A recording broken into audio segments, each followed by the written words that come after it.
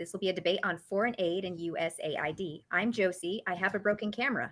I'm the redheaded libertarian with Timcast Media, and I will be the moderator tonight.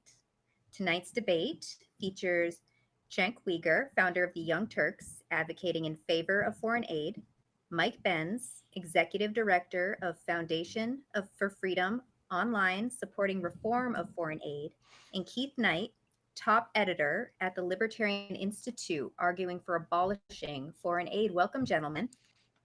Thank you for having us. Thanks. My pleasure.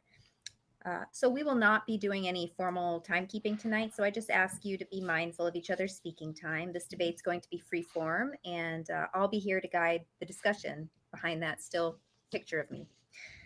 All right, so does everybody agree to these terms? Yes. All right, wonderful. I do. Sure. Thanks, guys.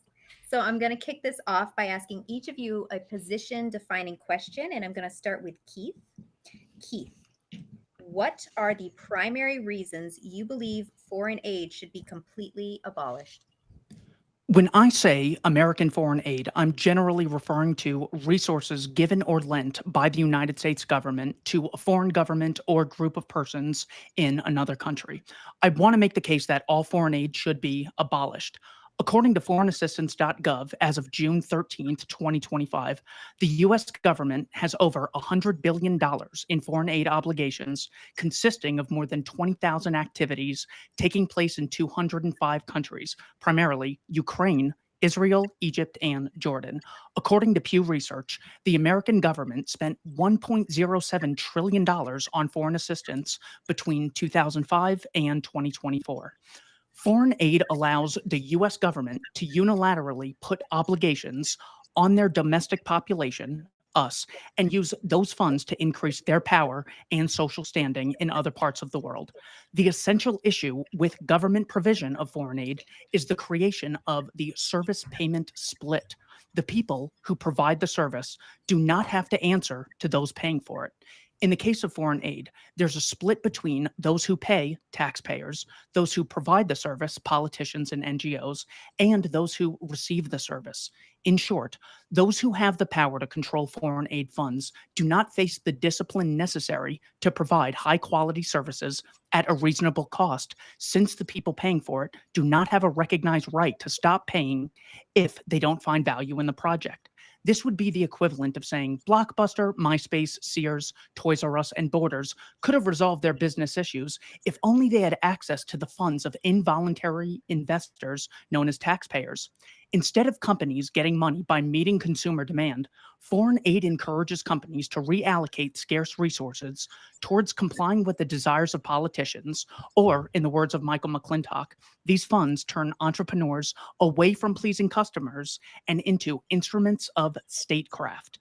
Not only do politicians with access to trillions of dollars not face the necessary incentives to provide quality aid, but they lack the knowledge of how and where to spend the money effectively.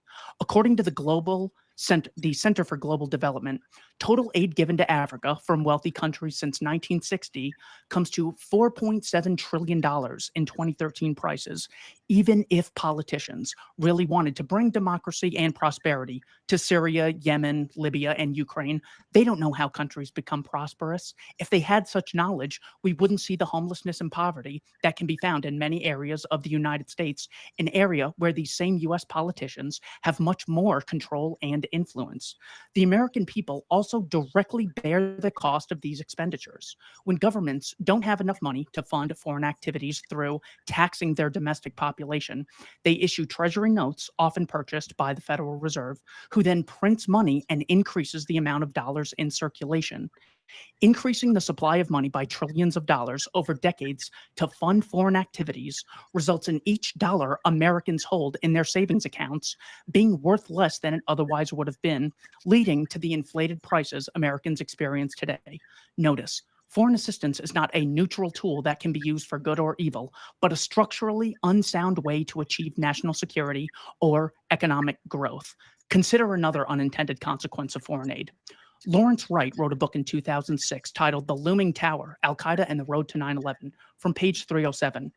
On April 11th, 1996, when Muhammad Atta was 27 years old, he signed a standardized will he got from the Al-Quds Mosque. It was the day Israel attacked Lebanon in Operation Grapes of Wrath. According to one of his friends, Atta was enraged, and by filling out his last testament during the attack, he was offering his life in response. When politicians have access to hundreds of billions of dollars, they do not have the knowledge or incentive to make sure these funds are used in such a way to keep Americans safe. Consider the words of U.S. Assistant Secretary to European and Eurasian Affairs, Victoria Nuland, in December of 2013. We've invested over $5 billion to assist Ukraine in these and other goals that will ensure a secure and prosperous and democratic Ukraine. American politicians should not have the capacity to spend billions of dollars considering their previous pet projects have resulted in tremendous devastation. To summarize my position, foreign aid allows politicians to spend the money Americans work for with virtually no accountability, and voters do not have the time or mental bandwidth to pressure politicians into spending the money in a desirable manner. Therefore, reforming foreign aid is a fool's errand because it empowers people without the knowledge or incentives necessary to achieve their goals. Thank you. Thank you so much, Keith.